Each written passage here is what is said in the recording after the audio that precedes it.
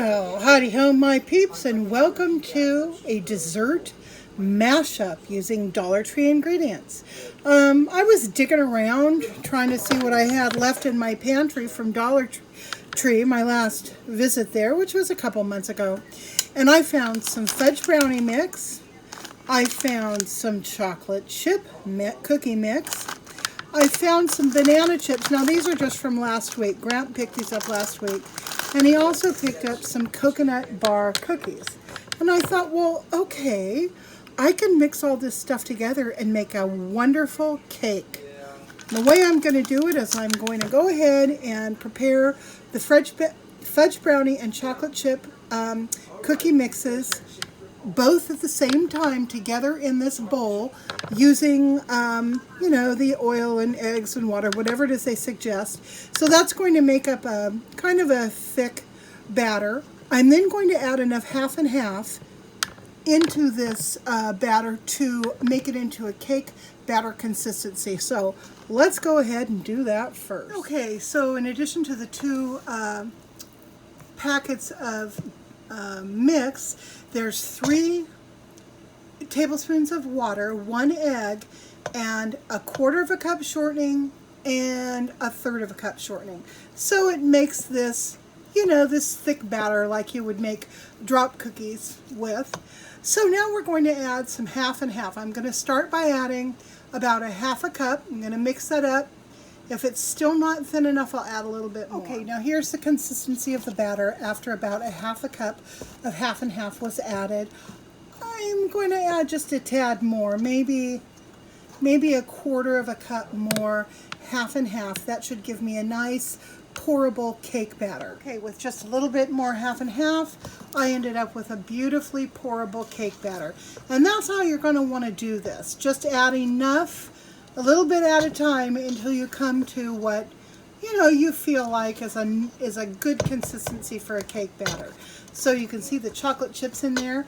Now what we're going to do is we're going to take some of these banana chips over here, and we are going to crumble them up a little bit and add them to the cake batter.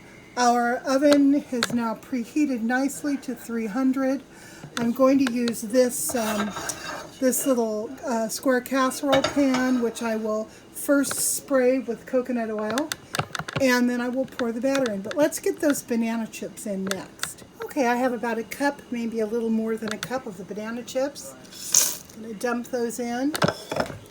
And all we're going to do is give them a little stir just to incorporate them into the batter, like so. Now, I am going to pour this into my prepared cake pan. Okay, I've taken 4 cookies and I've crumbled them up pretty well. Now what I want to do is go ahead and sprinkle the crumbs on top of this cake. Just like that. Now, if you want to, if you really like banana, you can probably sprinkle some of the banana chips on the top as well. I'm opting not to. I just want a little bit of banana inside the cake. I don't want it to be super banana-y. And once these are all sprinkled on, I'm going to go ahead and put this in a 350 degree oven for, I'm going to check it at 20 minutes. I'm going to check it at 20 minutes and then again every 5 minutes or so until when I put a knife in the center it comes out clean, and I will know that the cake is done. Alrighty, I think this cake is cooled enough to cut. Oh yeah. So I'm going to go ahead and, let's see here. I'm going to cut it in kind of smaller than normal pieces. Normally I would make 9 pieces out of this cake, but I think I'm going to make some little slivers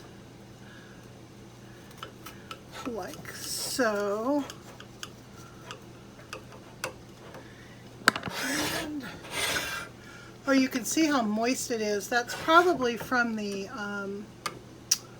from the chocolate chips that are in it, I'm guessing. I love the way the cookie crumbs got a nice golden brown color. Okay, now I've got my beautiful little plate. Oh, you know, look at the pattern. Okay, I was watching the modern Miss Fisher mysteries, and the new Miss Fisher, who's oh, this is going to fall apart, who's actually the niece of the old Miss Fisher. She was eating dinner on a plate that's from this very same china pattern. I thought that was so funny. Who would have thought it? How random. I just picked this stuff up at a thrift store years ago. It wasn't even a complete set or anything. And then here I see it on television. That's so funny. That's like the second or third time I've seen china that I own pieces of on a TV show. I think that's so funny. All right, well, it didn't hang together because it is still kind of warm, but Grant can still give this a taste. So what I'm going to do, we are going to take this to Grant and let him taste it and tell us what he thinks. Okay, honey, here comes your cake. Now, it's still warm, so this piece fell apart, but I think the flavor will be the same. Happy birthday, sweetheart. Thank you.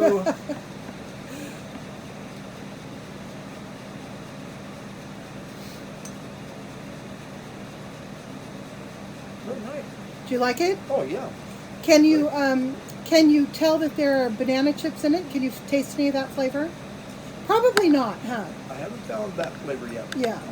I put about a cup in, a little over a cup, so there were plenty. But they may have, become integrated in the cake batter itself, so it's hard to tell. So the chocolate's pretty strong. So. Yeah, yeah. But they're good. Good, I'm so glad. Okay, so that's about it for now. I will talk to you guys later.